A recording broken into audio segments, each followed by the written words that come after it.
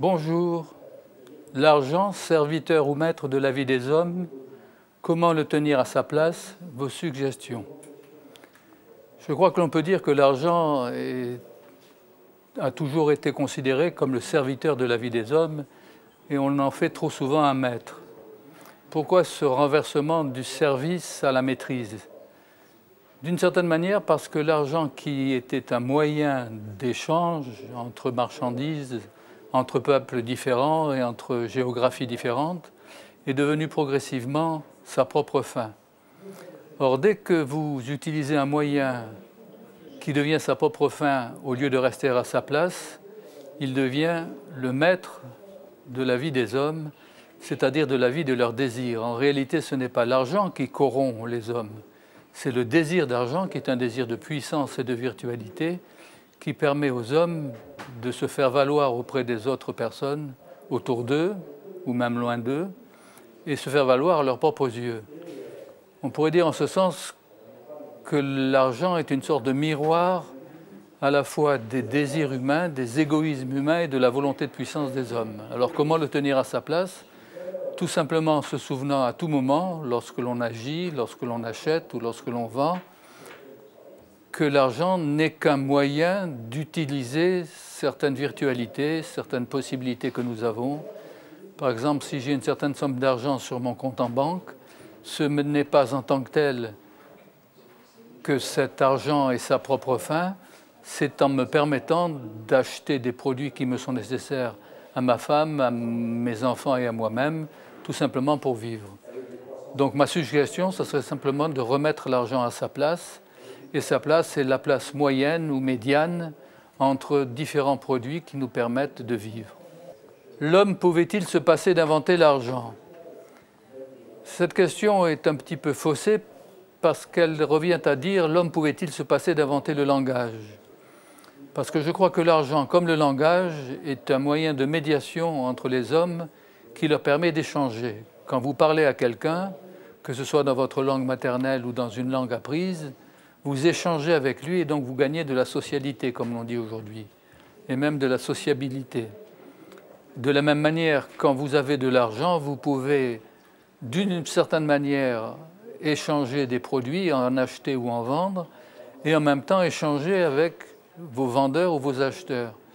Donc l'argent est une double médiation, une médiation à la fois matérielle entre les produits ou les matériaux d'usage dont nous avons besoin et un outil d'échange social qui nous permet d'avoir des contacts avec d'autres personnes. Si je n'avais absolument aucun argent, comme dans les sociétés rurales anciennes, traditionnelles, je ne pourrais pas sortir de mon lopin de terre et connaître d'autres personnes.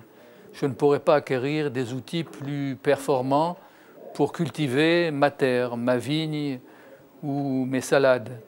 Donc l'argent ne pouvait pas ne pas être inventé par l'homme depuis l'invention du troc jusqu'à l'invention de l'argent en tant que tel. La confiance des Français dans l'or est-ce aussi une prise de distance avec le virtuel? Je dirais que oui, parce qu'on sait que les Français, plus que d'autres peuples, en tout cas en Europe, ont un bas de laine ou un coffre en banque avec beaucoup d'argent et en particulier beaucoup d'or. Cela remonte évidemment à l'étalon or qui était très développé avant sa disparition et en particulier en France au XVIIIe et au XIXe siècle, à l'époque des louis d'or. Et donc il y a une tradition en France, à la fois dans les petits milieux, même paysans ou commerçants, et dans les milieux évidemment d'affaires, de mettre sa confiance dans l'or, qui est évidemment un métal précieux, un des métaux les plus précieux, en tout cas traditionnels. Aujourd'hui, avec les progrès de la technique, nous avons des métaux beaucoup plus précieux que l'or et beaucoup plus chers que l'or, mais qui ne sont pas dans le commerce et qui ne sont pas faciles à se procurer. Donc, en dehors des monnaies traditionnelles, comme le dollar, comme le yen, comme l'euro, l'or reste une valeur refuge, comme disent les économistes, qui permet de prendre une distance avec toutes les possibilités que nous avons et que l'on appelle le virtuel.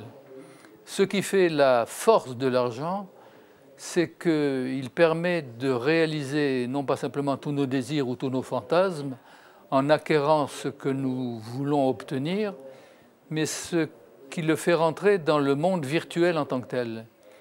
Quand vous avez beaucoup d'argent ou même un peu d'argent simplement, en virtualité, vous pouvez acquérir un grand nombre de choses. Cette virtualité va se réaliser et donc va devenir effective quand vous aurez obtenu tel ou tel bien. Et vous n'aurez peut-être plus assez d'argent pour en acquérir d'autres. Mais il n'empêche que l'argent en tant que tel est la dimension du virtuel, et le virtuel dans nos sociétés modernes devient tellement puissant qu'il devient plus réel que le réel, ou comme l'a dit Jean Baudrillard dans Simulacre et Simulation, il devient hyper réel. Nous sommes dans une société de virtualité ou d'hyper-réalité dans laquelle l'argent tient la place évidemment la plus grande.